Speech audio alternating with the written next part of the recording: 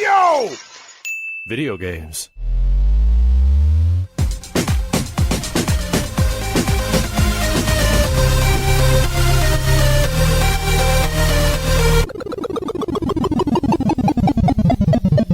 What up, dudes, and welcome back to the YoVideogames podcast. I'm Matt. And I'm Andrew. And once again, thank you to all our generous patrons who kept us going for over 475 episodes. Yeah, if you're interested in becoming a patron at any level, please check out patreon.com/YoVideogames podcast. Dude of the week is Elijah T. Thank you, Elijah. Thank you, Elijah. Been a dude for a couple of years now. Been with us since the olden times. We appreciate you. I figured I better start this off with the bad news. Valentine's Day did not go as expected. Yeah, how did the Borderlands movie go? I hyped it up. Okay, I went a little too far. Building it, and so she was at work, and she watched the fucking trailer. Oh yeah. So she knew. She was like, I don't really. And I was like, oh, maybe the trailer just didn't sell it very well because I heard people say it was so good. I tried to get in there. Okay, boys, I tried to, and she's like, "Yeah, we'll wait for it to be free." And I was like, she had the mask, the psycho mask, popcorn. So it got ruined. It got ruined by a trailer. And, yeah, well, the movie did kind of ruin itself when anyone saw anything of it. Well, it's bad. The trailer's bad. The movie's bad. Everything about it is bad. God, I was excited for the Borderlands movie for all the wrong reasons. And the Borderlands movie found a way to ruin that for me too. How far into a movie do you have to realize that this is some bullshit? Less than 5 minutes now. Yeah. Yeah. Just that cynical. Because within the first 5 minutes, generally you can tell if they know what they're doing. Or if they have a direction, or if there's chemistry or whatever. Now, granted, you should watch bad movies just as much as you watch good movies if you're trying to like discern the real difference. If you're trying to learn how movies are made, you got to watch all of them, unfortunately. And there is a lot of new wave Italian cinema to get through if you want to watch bad, but there's also amazing stuff. Now, a perfect example of this, if you want to know how far we've fallen, watch any 90s action thriller and see how fast it paces and how little you need the long act ones. That was back in the day when like things were like 90 minutes, wham, bam, done. Like they were like even a 2-hour movie like Speed. Go watch Speed, and that's Jan de Bont. Jan de Bont's insane. Okay, I mean, he is a literal madman. He made Twister. He's one of the only directors on record to have been screamed at by Spielberg. Spielberg landed a plane, stood at the door, screamed at Jan de Bont on the runway, and then turned around, closed the door, and they took off again. He was so mad at him about Twister. Read that wiki article. Jesus. But Speed moves so fast that by the end of the first, let's say 10 minutes, let's give it even long. The first 10 minutes, you know who the villain is. You know who the hero is. You know basically everything you need to know about his character. You've got backstory between the hero and the relationships that he has. Like, you just learn everything you got to know. And then from then on, it is breakneck.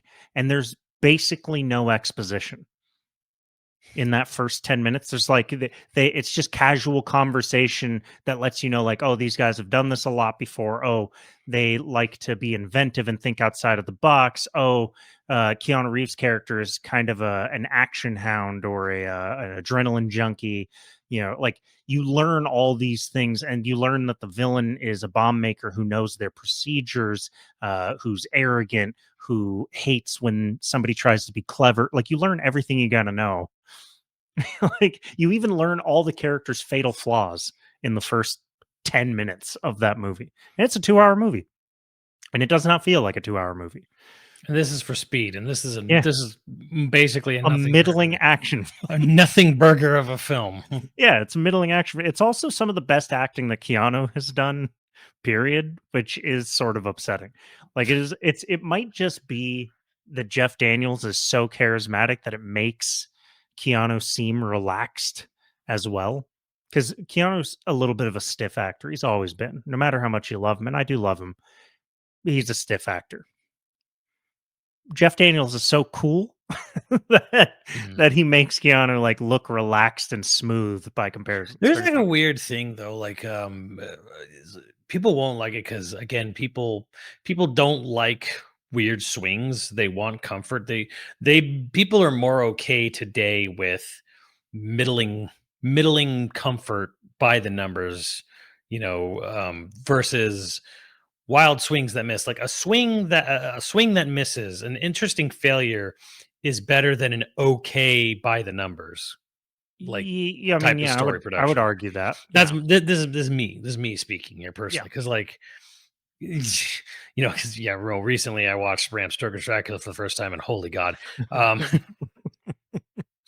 What, woof, what do you mean? It's grade A. woof, he is wow. But he, like, in something like, say, Matrix 4, he actually, I think, does a really good job acting. But people don't like Matrix 4 because people don't really like anything Matrix 2 or 3. People kind of like 2 because there's a fight scene, but like Matrix is kind of like the total embodiment of that cyberpunk meme. Wow, cool tech stuff. Right. And then every weird metaphorical message, every philosophical thought, people don't care about. Well, They yeah, do not care after about the meta aspect. They only care, I'm in a right. video game. Whoa, I know kung fu. That's so cool.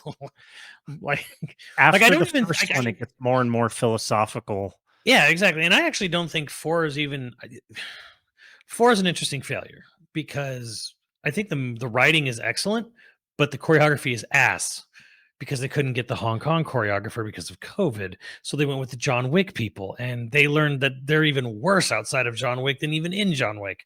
So Well, it's not that they're bad, it's just that they dominate all of American like all of American stunts is dominated by their style because that initial John Wick team has all spread out to become second unit directors. and So the other thing too is they should have waited for Hugo Weaving. Should probably have just done it. yeah. I haven't even watched Matrix 4 yet. It's actually really good because I'm more interested. The thing that fascinates me really about that whole production or just the whole thing was that they got the author of Cloud Atlas to write the script with I think Lana directed it. I don't think it was Lily. Pretty sure it was Lana and directed. Lily she wanted nothing to do with it. The author of the book, Cloud Yeah, Atlas? yes, the author of the book. He wrote the script. The script is good. It is a good script, but it has got poor choreography and it doesn't have Hugo Weaving, and Sean Penn was the one trying to write a script for a fourth movie, and he wanted to reboot it. And Warner Brothers was like, "Yeah, let's get Matrix going again." I think pretty sure it was Sean Penn. Anyways, Keanu basically said, "I'm not doing it without the Wachowskis."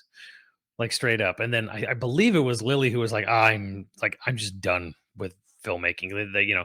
She got super burned out from because they had that Sense8, I think, streaming series and some other stuff. Right. And I think Lana was like, no, I think there's still more I'd like to tell here. And it's a really interesting story, from a sort of if you care about characters, it's a very deeply emotional character meta driven. And there's such good writing where I don't know. So you said you haven't seen it, right? I haven't seen So this yet. the plot at the beginning of the movie is Keanu is he's a game designer. He's a video game designer. This is a video game podcast, and he's supposed to be the creator of the hugely wildly successful Matrix franchise. And he gets a call in that they want to reboot the Matrix franchise. And he's like, "Oh, I'm kind of done with the Matrix, I kind of it's like, but I'm like they can't, the studio wouldn't just take the IP from us and just give it to someone else and do it." And this guy, he just smoking cigarettes, like, "Oh, they can and they will." And it's like they're obviously directly talking about Warner Brothers. Yeah, and Warner Brothers is just a sinking ship right now. So yeah, and it's kind of just fun to see them literally like completely directly like slinging mud in one spec. Like, yeah, it's really meta. They're talking about the studio, but they're doing it under the guise of a video game company. It's like it's a video game developer and a video game studio. Um, They are also not wrong in that front either. So it's surprising how much video game industry is now mirroring like Yeah, and film. they have these meetings, these marketing meetings about how they're gonna like reintroduce and revitalize the IP and like re-synergize it, and how we're gonna really hit that nostalgia angle, and we're gonna get all this like just it's almost uncomfortably like, yeah, this is reality. I hate it. I hate it. You're not selling me on this. You're just making me think I'm gonna have like a nightmare. Well, that's the start of the film, right? And then because how in the first movie there's like all these weird things. It's like, whoa, cool. Like I saw deja vu and follow the white rabbit or whatever. Mhm. This movie, because I swear to God, it's because of the Cloud Atlas writer. He goes to a coffee shop and then he just like they like I can't remember what the example. I think he was like he grabbed the wrong order or he heard the wrong name for someone getting their coffee, and it was Trinity's coffee, and like they just kind of like have like this moment where they're just like they just like that sort of like, oh, like reach for the same Yeah. cup of coffee kind of thing. Meet cute. And right, and it kind of has like this like moment like I feel like that, do I know you, like have we met before kind of thing. So like it plays off like this whole thing where it's like, what if it plays off in his mind, starts going in like, what if I went with this coffee shop girl instead of doing all what I'm doing, running like barreling down, chasing this dream of being like this mega successful video game IP, trying to run this mega franchise for this corporation kind of thing. And that's like the sort of like the weird, like more personal angle where he starts to rethink his life and like, what if I just went with this person? Like, what if things just were different? And I'm like, it's very Cloud Atlas in that sense. Hmm. The whole like, oh, like one small moment can kind of like cause a sea of A change, ripple. Yeah. like this Have, ripple effect. have you ever read the Cloud Atlas book? No, but I heard it's like people were like, this is this is unfilmable. Well, one of the reasons that I always heard it was unfilmable, and having just perused it recently, um,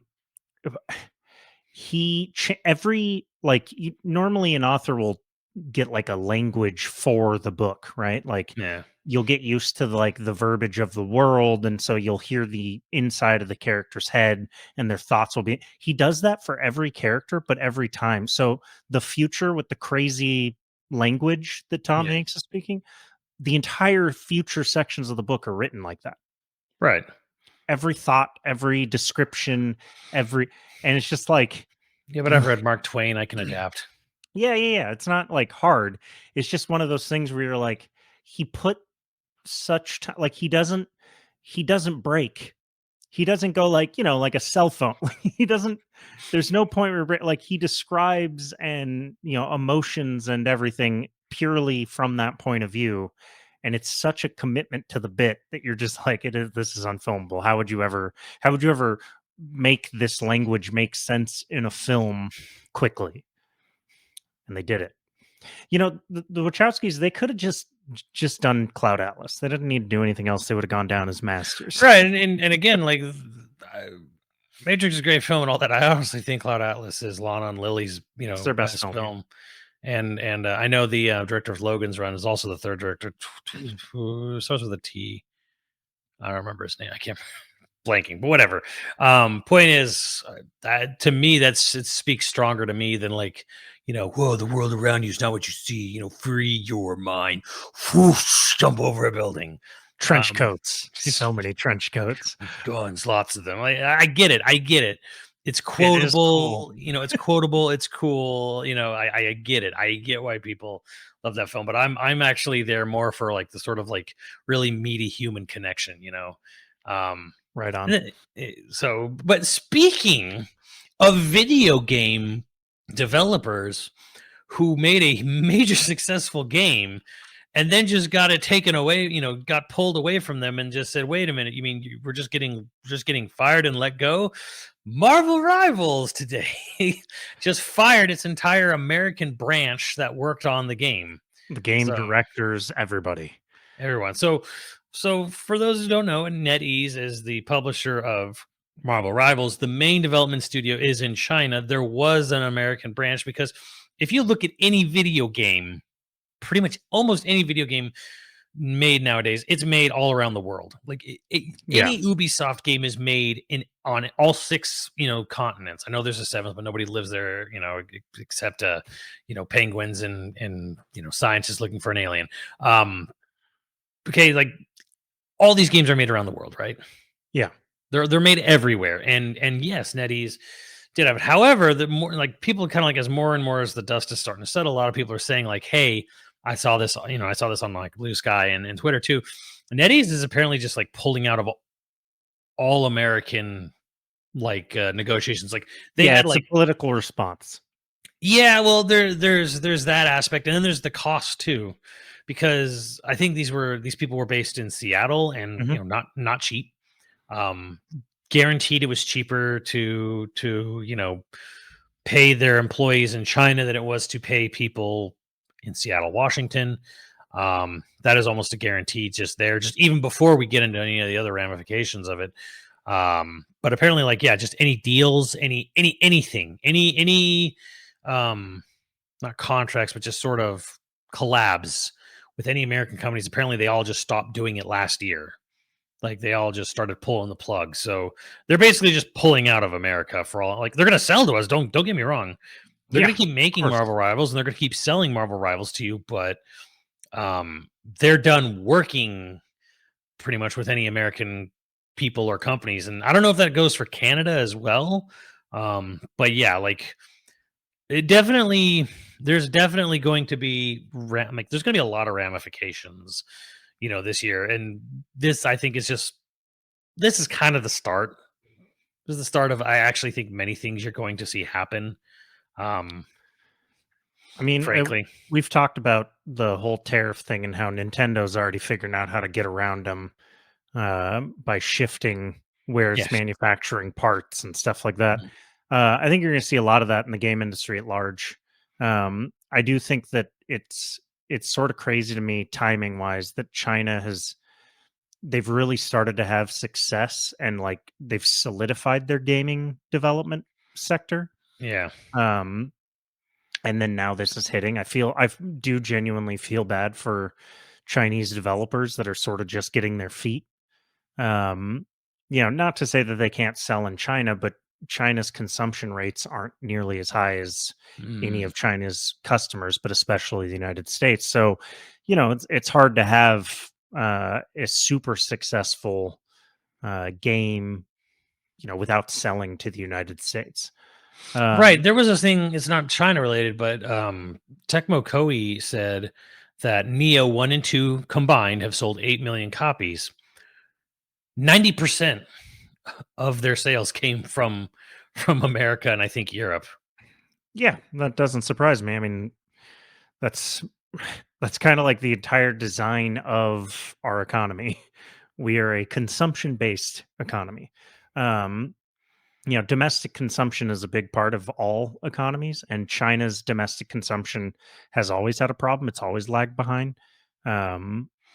Mostly because given recent Chinese history, like people are concerned with saving. They want to save nest eggs, save they don't like spending a bunch of Right. money. They're just frugal. Um, so it's going to be a challenge for any Chinese developer. Do I think this is like some sort of FU specifically to the Marvel Rivals, you know, creative team, which is mostly who got fired? No. Um, I don't. Oddly enough, This is I do honestly think it's just just business. business. Yeah, This is business. It's a personal. It's business killer.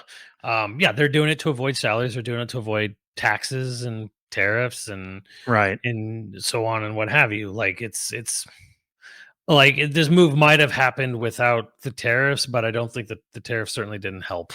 Yeah, You know. all of it. The trade war definitely accelerated it. I do think it's weird that they're doing it right before season 2 comes out, right? That's Mhm. like April.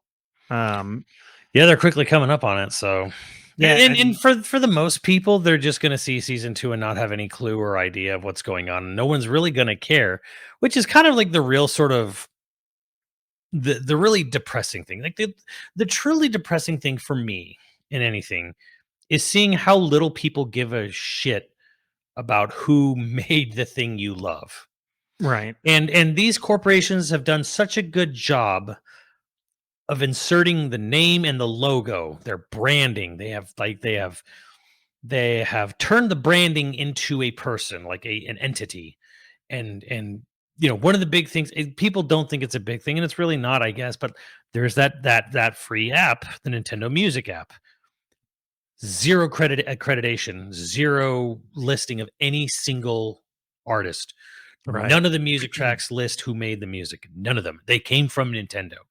And for the most part, everyone's okay with this. Even reasonable Nintendo fans are just kind of like, oh yeah, they added Street Pass music. That's pretty cool. It's like, why aren't you more upset about the fact that they are erasing human work from the collective, the archive of the internet in their own device? They are literally just saying, like, we made it. This came from Nintendo, like the monolithic entity. Yeah, because people are tired. Real answer. People are tired. You can only care about so much. Right. I mean, like, it is a tiny thing. Grand scheme of things, it is a very tiny thing. It is a very minor thing to care about. But also, I feel like if you're going to be enthusiastic for every stupid thing they add to the game, you should also be like, you should also at least say, hey, they should add. They should add the proper accreditation. Tell us who made this. Music is not something that comes from the air or comes from Elmo's AI ass crack. It comes from a human being. It is something that only we as humans can do. It is a defining feature, a milestone in our evolutionary history here. And to just kind of wash that away and just say it came from the company. Sorry, but it's just like, fuck you, Nintendo. Well, companies love to do that with all creative work. That's why creative or AI that's specifically targeting creative work is what they're investing all of their time and money into. Like, they want to remove the person who can demand a high price. That's what they want to do. It's also why if you go into a creative field, you just get bent over for years until you are the it guy, and then you can't be bent over anymore. Right. And that's why then they charge everything they possibly can because you've been bent over for years. On top of that news of Marvel Rivals getting sent out to pasture, or at least the creative team getting sent out to pasture. Oh, wait, I wanted to finish on one thing. The reason I think this is interesting is that means that there is either not going to be a season 3, or it means that season 3 is going to see a real fall off in quality. I mean, no, you don't get me wrong. You definitely will see more because, again, they weren't the main developers. This wasn't the main director of the game. This was how many seasons of content did they design? I thought it was the director of the game. I thought the director. No, it's the director of the American branch. It's not the main Oh. development studio. It's not the core of it. But I mean, like, they were. I don't want to diminish their work. Because it's really funny because there was stuff coming out like last November from artists who were contractors, and they're like, it was the most directionless project I've ever been on. Like, so it was a Marvel project. Yes, but yeah, like, yeah, they're still having weekly meetings with Marvel, the main developer from China. Like, they're still going to make it. It's still going to continue to be developed, and things are going to continue to be made for it. But yeah, like, you got to wonder, like, losing a chunk of your development staff, there's eventually you're going to see something, whether it's just a change in art style or a drop in quality or whatever. Like, it's going to eventually happen. And you're right, it probably won't happen until season 3 because they were obviously probably Near the working finish line. Yeah, they're at the finish line for season 2, so it's going to be like a year before you really start to see anything happen. But honestly, I've always said, like, I'm curious what's going to happen to Marvel Rivals by April. After Monster Hunter Wilds, after a bunch of other big games come out. Like, I've pretty much stopped playing it. Yeah, no, that's fair. Like, I haven't played the game in weeks because whatever. Like, there's only so many maps. Like, you're doing the same crap over and over again. Like, the loop is kind of addicting for maybe a week, but yeah. Speaking of loops that I don't think that won't be that addicting. I played the Elden Ring Night Rain beta. And It's okay. So it's more fun than I gave it credit for, but I see in no way do I see this being worth a $40 standalone title. Hmm. Like it is very much it in every way feels like a fan made multiplayer mod for Elden Ring. The two people I know personally that are amped for it are like over the moon for it. And so part of me is like, their hopes being so high made me wary already. I don't know what that is.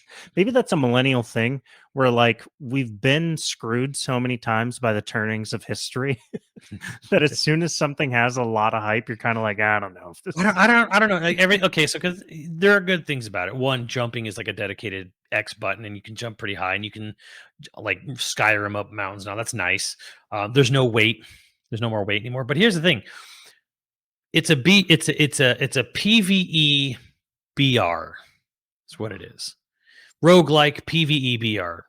They Hmm. take a section from the Elden Ring map, and that is like, and then like they drop you in somewhere, and you run around and loot as fast as you can, and in like the storm shrinks to a certain point, and then you fight a mega boss, and you do that for three times, 3 nights. It's a 3 night thing, right? Um, you don't build a class. You choose a preset from one of 4 characters, at least in the beta. So there's no, oh, I'm going to take my character and build like a crazy mage build or a crazy berserker build. No, no, no. You pick John Elden Ring. You pick a Birdman who has a big axe and a big shield. He's a big guardian. You pick a guy who runs around with knives really fast, or you pick a wizard. You pick a class, and then everything you're looting is like, I'm looking for wizard shit. I'm looking for, guardian stuff. That's just all Hmm. you're really looking for. There's not, and then the thing shrinks pretty quickly. So it's like, you don't really have time to sit there and really think too hard about what you're doing. Um, So is it so you're not saying it's streamlined, you're saying it's simple, which Yeah, it's is simple two different answering. Well, things. here's the thing: there's no real exploration in it. There's no making builds. There's none of that. It's just you, 2 other people. It's a 3 person, 3 people at a time, PVE roguelike BR, and you're just running as fast as you can to like find mini bosses, kill them, so you could get maybe a good weapon drop or a good, boon boost, and then running to the center of the circle, fighting a big boss that's really hard, and then hopefully getting some really good from that. You do that 3 times, and then the run's over.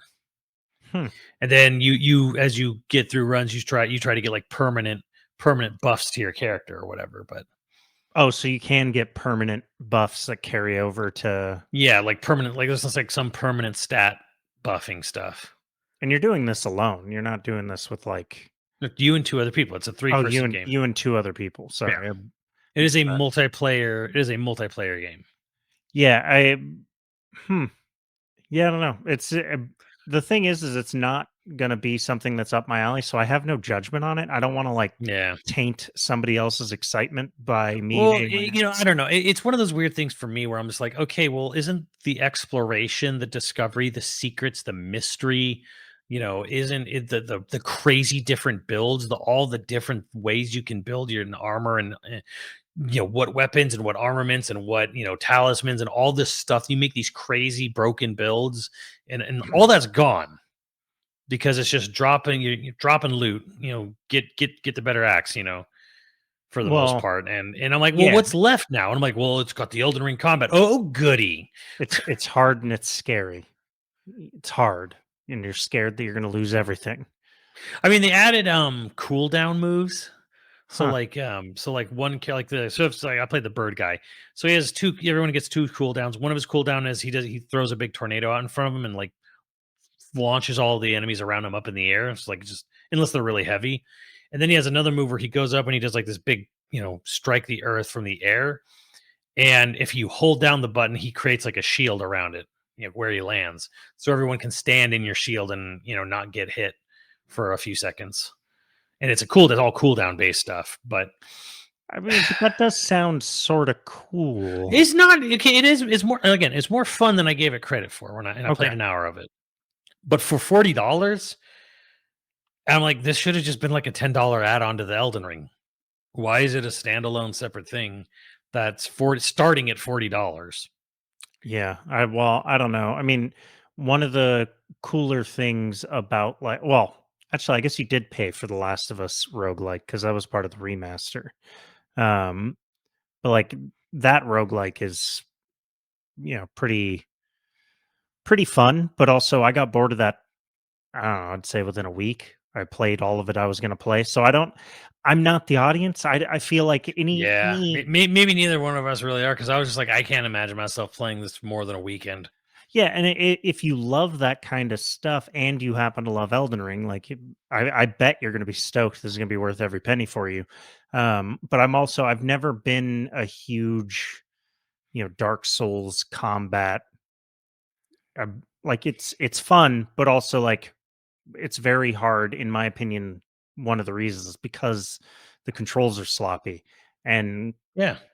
I'm already not the audience, so I feel bad making a judgment there. But speaking of games that I was surprised by, Avowed came out today, uh, playing it on Game Pass, and it's good.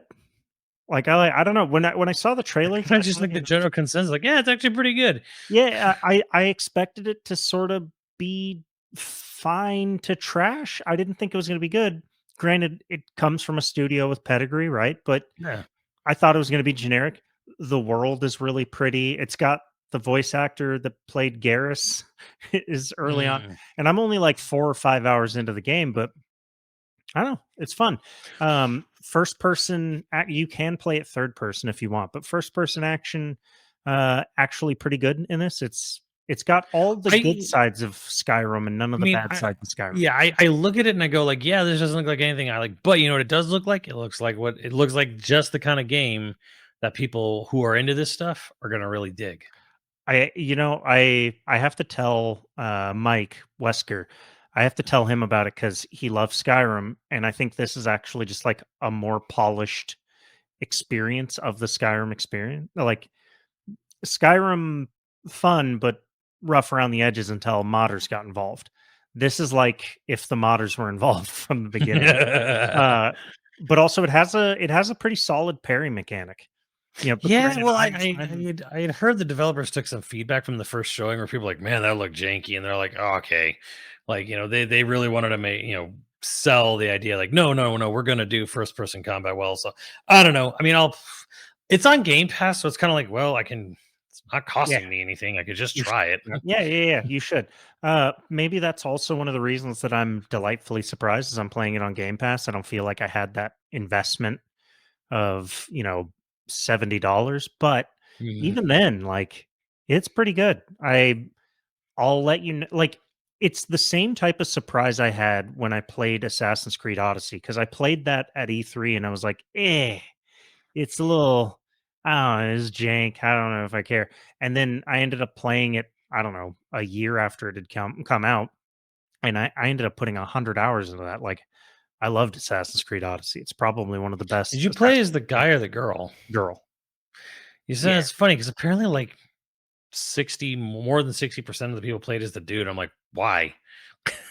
Hot warrior woman, I'm in. Like, Like, I it don't was just so shocking because badass warrior lady. Yeah, apparently even the Assassin's Creed team people were like, yeah, we kind of consider the girl like the canon main character. Um, that makes sense. Yeah. but it was weird how like so many people were like, most people pick the guy. I'm like, what's wrong with you? I don't know. If you want to play as a guy, that's fine. Um, Can I but play as a dude and can I have hot steamy butt sex with other guys? I mean, if that's your standard, then you No, know. I'm just saying video games are cool with, showing the flirtatious lesbian or whatever, but I'm just saying like we need to have like a moment where like gay guys get their due, right? Where it's like, okay, you're going to date a guy and you're going to see the dude pull him, take him behind the curtain and just like bend him over, like I mean, I'm there just is saying. that option in Assassin's Creed Odyssey, playing as the dude. Yeah. Yeah, yeah. There's I forget the character's name, but he's a little bit of a minx in Athens. He's a little bit of a slut about town, and he Nice. flirts no matter whether you play as the girl or the guy. He flirts with you.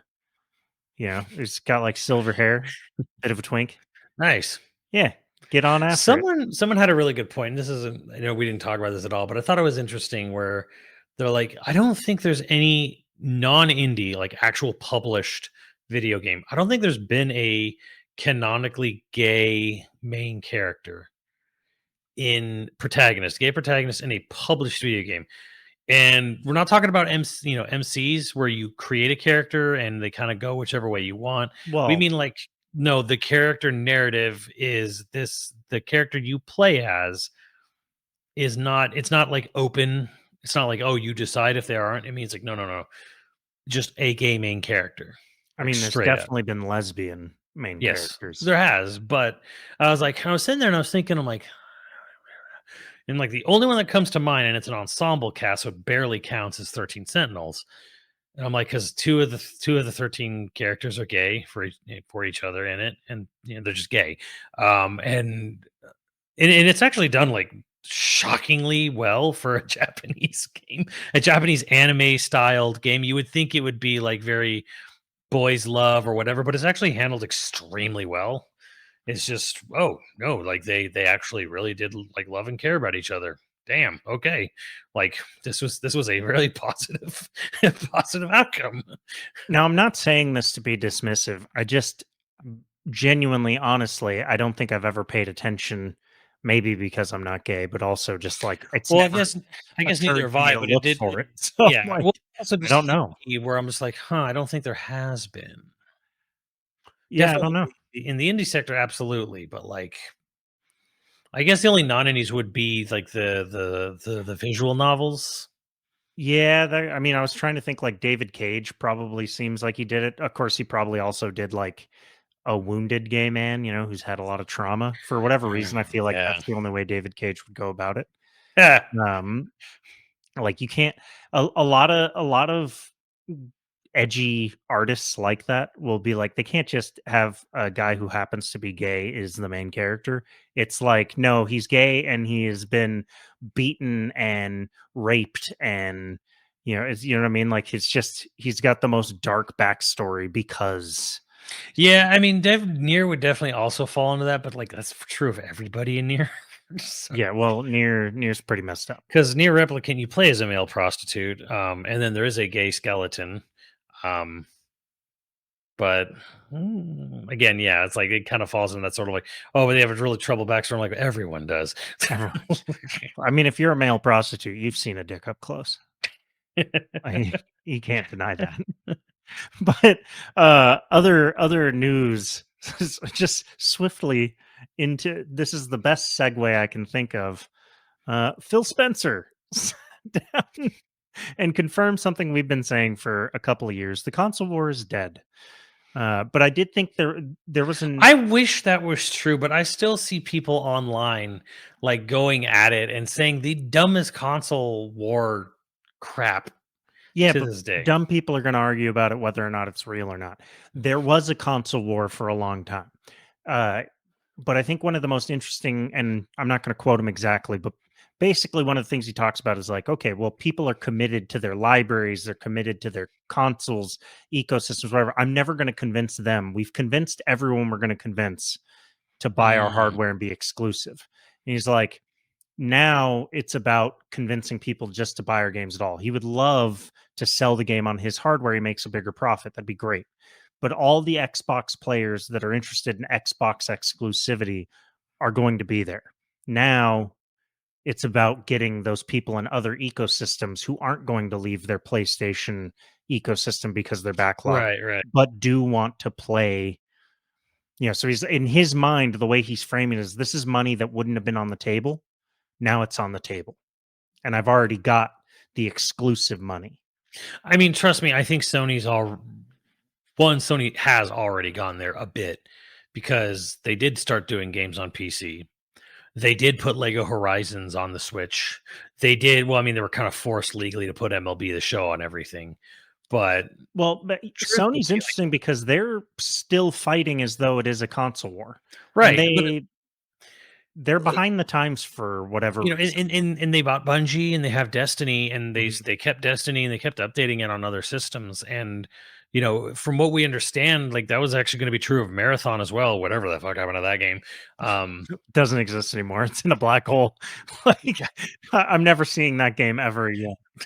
I was But I mean, like moderately interested. It's gone. Sony is definitely also going to be releasing a fair number of their, if not all their games on PC eventually, and some of them on other console.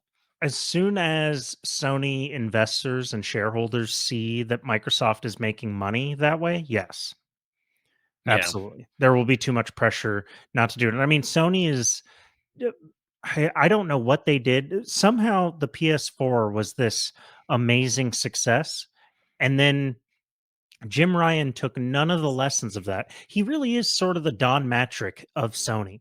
Oh yeah. It's Kind of an becoming amazing. more and more true as ties like more and more shit comes out. It's just like this guy really was the Don Matrick, only maybe less of an implosion. Well, it makes me wonder, like, you're never going to have the full story of anything that's happening in that industry because it's so closed off. You know, it's not like the film industry or the TV industry where they sort of just dish, anonymously. Mhm. For whatever reason, like they really things go to the grave in that industry right now, or in the game industry. I mean, but more and more comes out that paints Jim Ryan as maybe he not an idiot, but like he does not have his finger anywhere on the pulse. It's like he didn't understand the industry at all when he took Mhm. over and, and then just chose not to learn anything about it. Like as a CEO, you're trying to see 5 years into the future. Well, Yeah. more realistically, 2 years into the future. But it's like he didn't ever look into the future. He saw that live services did well, and he was like, "We're going to go full in, all in, everything live services because that's the future." Right. And then I think like looking at, it, I don't, if you wanted a best case in this, the nicest defense you could have for him is just the fact that well he didn't adapt, like he was successful but he didn't want to let go of success, or like, and I think it's kind of more tales old as time, is like he was just sort of in the right place at the right time for the success of say the PS4 and whatever, and all the stuff before that. And again, he was in Sony Europe for a long time. He's been at Sony Europe forever and worked his way up a bit, or not a bit, but he worked his way up to the top pretty much. yeah, But the thing is that I don't know if it's because when you get to the top, it's like impossible to see what's coming on the horizon, which is really weird.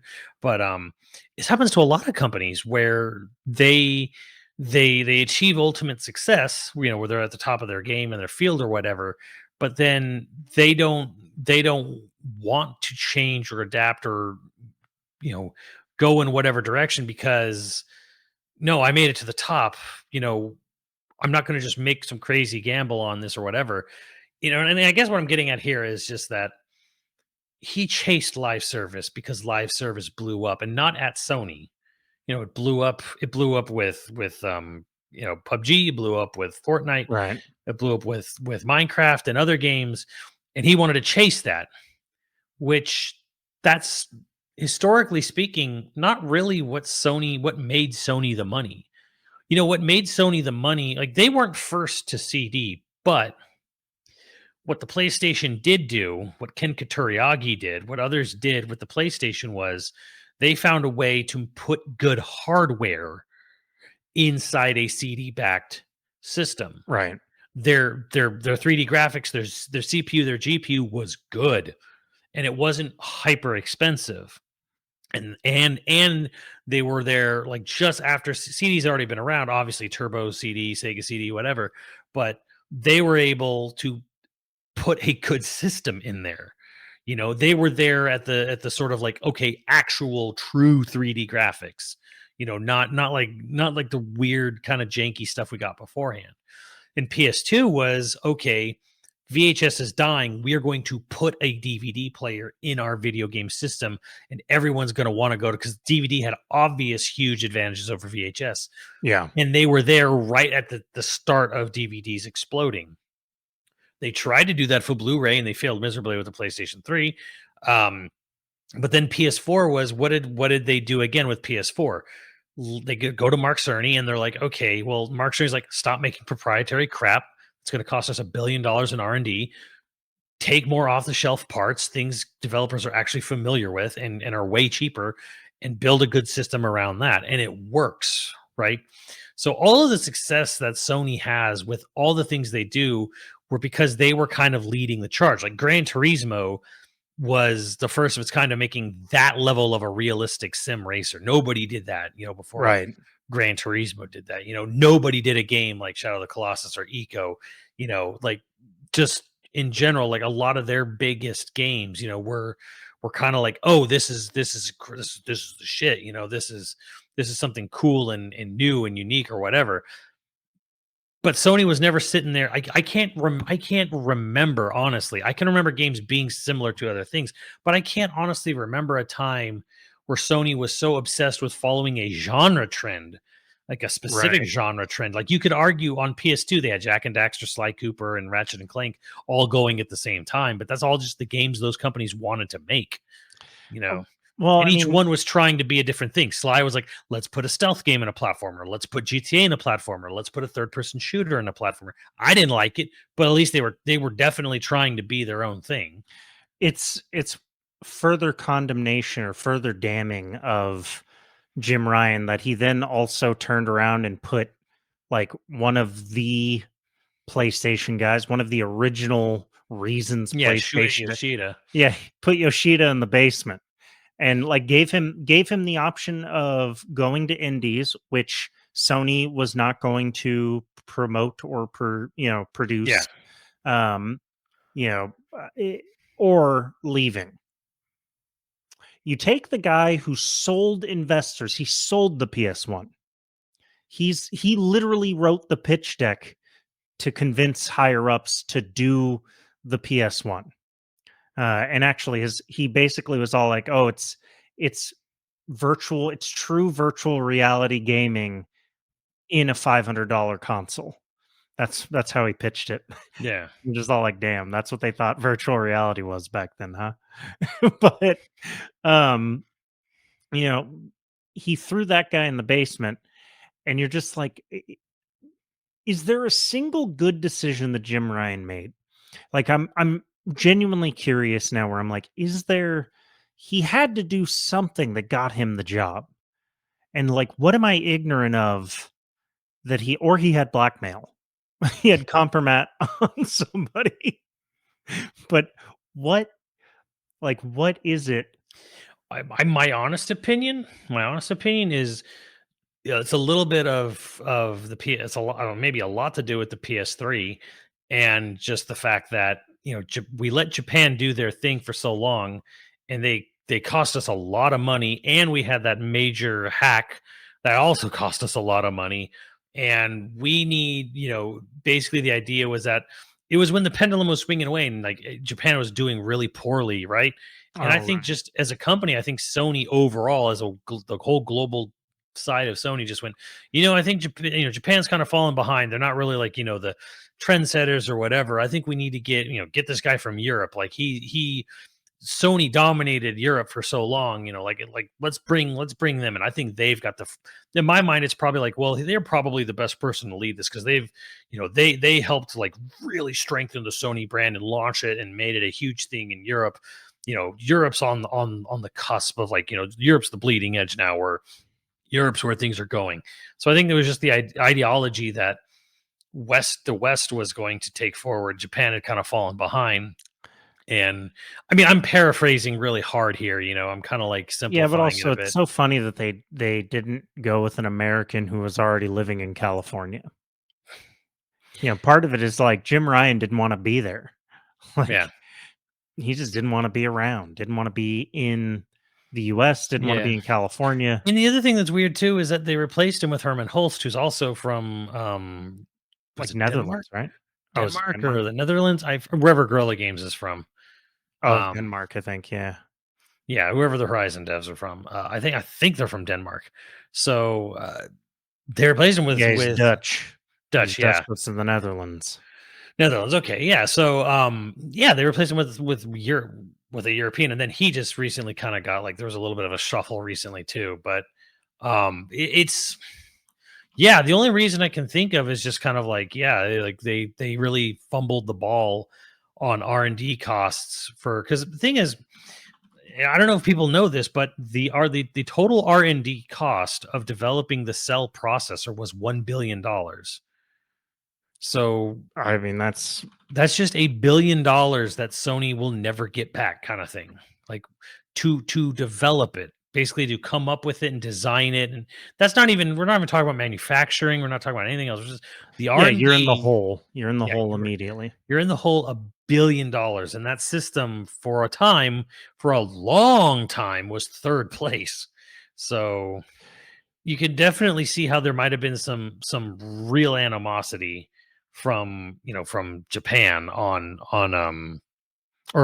from on Japan from the rest of the world or rest of Sony Corporation being like, you guys are spending money on things you don't need to be spending money on, or like, this is not the way to go about it. And again, who designed the PS4? An American. Yeah. Well, can you give Mark Cerny any nationality? He's more like an amalgamation of multiple different Western nationalities and a mannequin. I feel like he comes from a Tim Burton film or something. He does. I wonder. I mean, he's supposed to be really nice, but man, he doesn't do well on camera. Yeah. He does his best, I suppose. Yeah. To close out, I guess, final topic. Do you think, given how tariffs are going, how you know Sony is obviously in flux. Sony's having this swing back to Japan, right? But with tariffs and stuff, do you think they're going to swing back towards the West again, like immediately? Because PS5's not going all that great. Here's what I honestly think. I think it is going to take 5 years for PlayStation to dig themselves out of this hole. That long? Because Bluepoint, they had to cancel Bluepoint's God of War live service. They had to cancel Sony Ben's live service. Right. They had to cancel Concord in 10 days. Fair Games and Marathon, God even knows what's going on with those games anymore. They're gone. They're dead. They canceled the Spider-Man game. The Venom DLC is, I think like Sony will have games. They will have games. They will have like probably 2 games, maybe a year come out. But I think last year is going to be very indicative of Sony this year and going forward. And I think it's going to take 5 years to dig Sony out of the hole where they have like a really good pipeline again. They have kind of put themselves where Microsoft was in a similar but different way. Well, part of me, I wonder if Sony had a runaway success with the PS4, and they're having huge success with the PS5. Don't get me wrong. Yeah. I'm not saying that they're failing by any means, but what I mean is, like, I wonder if they were also having the same problems in vision that Xbox was having. Xbox wanted to be the media box of the future, and so did Sony, so did PlayStation, but they didn't say it out loud, type thing. Yeah, exactly. And that's where we are today, right? That's all they did. They still did that. They just stopped talking about it. Yeah. But I'm wondering if, like, they were all the industry was on the same page. The difference is that Sony, by luck of just keeping their mouth shut, did very well. Had a runaway success. Yeah. With PS4. And not necessarily saying like Sony's. When I say Sony's in trouble, I mean I'm talking very strictly about the first party output. Right. Because I can't really tell you where sales for hardware are going to go. I don't even know how sales of software is going to go. I'm just saying Sony's first party output is going to suffer for the next few years. Yeah, well, definitely. Although it is sort of fun that you're seeing unexpected little games pop. Like Konami has Darwin's Paradox. Yeah. I think you might see more collabs and weird stuff like that for sure. But I mean, like the one thing Sony has that Microsoft doesn't, and another reason why Microsoft kind of got really screwed up, they bought all these studios. These studios either didn't have IP that came with them, or they were too new. all of these first party studios Sony has acquired, most of them have something to fall back on. Mhm. Like Sony Santa Monica can always fall back to God of War. Naughty Dog has got many IPs they can always fall back to. Sucker Punch is still like, they're rocking with their Ghost, whatever. Horizon is always something Guerrilla Games can always fall back on. You get what I'm saying? Like Gran Turismo is always something. The companies that Microsoft owns, most of these studios, they don't really have things that they can fall back on either because they don't own them or they're too brand new, they're too fresh or whatever. Or they closed them already. Or they close them already. So yeah, Sony has an easier way of digging themselves out of this hole because one, they still have the sort of brand, recognition that people associate, with that they want. And the other thing is that their developers could always fall back on doing what they're good at. The real question is, again, here we are. Why did we need 12 live service games in a row to go into development? Why did Jim Ryan think that was a good idea? I don't even care if every live service game had some modicum of success. How does it make any sense to have 12 live service games for the PlayStation 3 simultaneously being developed? There's obviously going to be cannibalization there. Yeah, was he intending? Because here's the thing: were you intending to have 12 live service games, and then whichever ones failed, you would cull the weak and just get rid of them?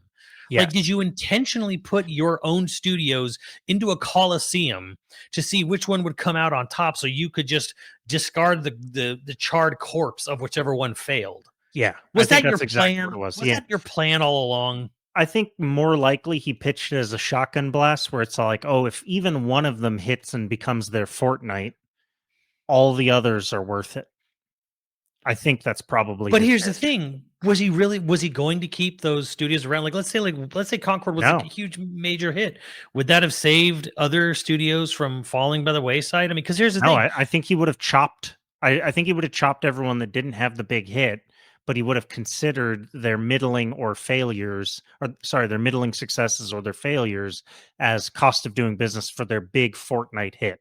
right? I think what he wanted was, we're gonna throw all these resources and give 12 different development teams the shot to give us a Fortnite. And if 11 of them are, middling successes or failures, it doesn't matter as long as one of them is a huge hit. The problem is that Concord was such a friggin' anchor, like it was such a failure that it sank everything else. Well, I mean, it's just a bad idea. But I'm just saying, even if they 12 games, 4 successful, 4 did okay, 4 really flopped. Were you intending to just get rid of any of the flops anyways? Yes, because it feels like he was leading them like lambs to the slaughter. Yeah, absolutely. That's exactly what he was doing. Like, what is the morale of a company like that where you're like, okay, we're all making the same genre. Whichever one of us fails is we're gone, Well, he didn't say that, right? But you have to know that. Like, when he says that publicly in an interview and you're one of those developers working with one of those studios, don't you have to sit there and go like, oh God, he's definitely going to get rid of whoever doesn't perform. I think developers are in a situation where they sort of know that the guillotine is above them always, right? They don't have a union to say that you can't do that. And by the way, there's Schreier's doing a GDC panel on unionization. Yeah. And I'm like, oh boy, I bet the game publishers are thrilled about that. Yeah, I don't understand how he has the access he has, but then a lot of his sources are anonymous. Here's the thing. I know they act like the Willy Wonka of the video game world, but here's a very, very, very simple thing to look at. Nintendo in Japan has the highest retention rate of any game studio in the world. They have like 93% retention rate. They also typically, from the developer side, not true of the PR side, but typically on the developer side, they typically never lay anyone off. People don't get laid off. If you want to, people always sit there, wow, like, I don't know how Nintendo does it. The magic of Nintendo. Like, they just always seem to find a way. I'm like, here's their secret. They don't overinflate to begin with, and they don't lay anyone off when shit doesn't work. Wii U went south. Every game was a flop for it. No developer got laid off, because how are we going to bounce back if we fire everybody? Right. It's institutional knowledge. It's one of the big things they've been talking. This has been a concern in American industry everywhere, all industries basically in America since layoffs and stuff became really popular to do in the 70s and 80s. How do you have institutional knowledge if you're getting rid of most of your institutional knowledge every 5-6 years? Well, you don't have institutional knowledge anymore. And more, for instance, because boomers, this is such a down note to end on. So we got to think of something to end on after this. Because boomers basically, to protect themselves from layoffs in their mind, pulled ladders up behind them. Yeah. There's a whole middle management crisis in several different industries where nobody knows how to do the middle gap work. There's Gen X doesn't know how to do it. The boomers Millennials took don't. that knowledge with them to the grave. Yeah, because they thought they were protecting themselves, which in a way they probably were, but they were also the people that started the whole layoff thing. So what are you gonna, they the call was coming from inside the house, I guess. But the point is like the game industry has like it has a sickness almost in that outside of Nintendo, every single developer loses a big chunk of its institutional knowledge every time a game ends. Every time they finish a project, they cut their own feet off basically by laying off a whole section. If not everyone, they lay off a massive section of their development team. And so every single project that they do, they start from scratch. Yep. That's insane. That's bad business. That's highly inefficient. It's really good for bottom dollar, but not long term. It's great because it saves them money in the short term, which looks great if they're a publicly traded And company. maybe I'd be a bad investor, but as an investor, I'd be like, I don't like you run your business like garbage. Or like you're getting rid of your employees after they ship a product.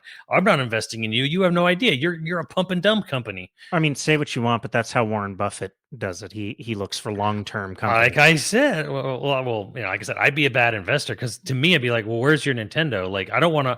I am like any company that routinely lays off and rehires. I'd be very wary of. I'm like, okay, well, you're not stable at all. Warren Buffett's considered the best investor to have ever lived, so it's probably not far off from a good idea. There is a good reason for layoffs. There is like a healthy reasons for layoff. In a perfect world, what layoffs do is sort of like trimming a rose bush. You overhire in the good times, and so you cut back a little bit. You cut back a little bit to allocate resources for better growth. That's the idea behind a layoff. Oftentimes, what happens is it's used to cut short-term costs to make your balance sheet look better before earnings comes out. Yeah, and I'm just kind of like, I'd rather you didn't overhire.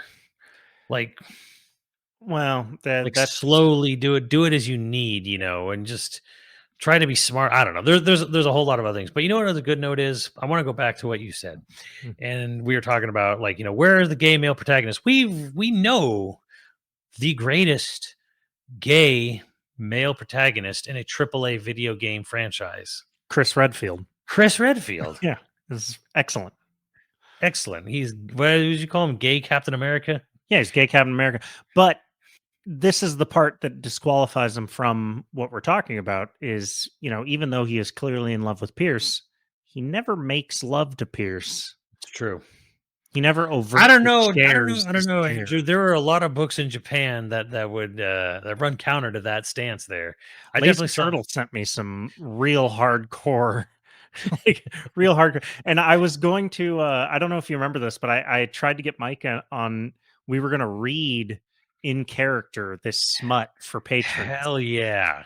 And it got gross. it got full blown, like genuinely disgusting in its descriptions.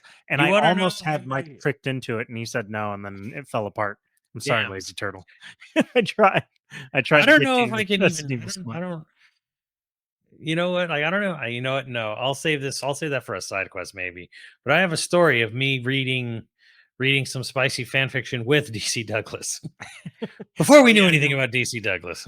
we've talked about this on the podcast before. How have we? Yeah. Yeah. Okay. I Beautiful. played Chris. I played the role of Chris Redfield. So That's beautiful. Did you cup the balls? it Work was the like shaft? a very big. From what I remember, the scene was a very sub dom scene. They always are. If Wesker's in it, it's a sub dom thing. I think it was just like being pinned to a wall and like something to the effect of like like you like there's no I don't yes I do kind of thing, something like that. Well, if you're a listener and you happen to be gay, you can vote on whether or not you love subdom Wesker Chris action. And No. yeah, It's I don't know. Is it the captain? Because or is it just Captain because he's the McCaptain. villain? Yeah, I don't know. Somebody explain it to me. I genuinely would get a kick out of getting the explanation for that. You know what is great fan fiction though, Andrew? Top Gun fan fiction.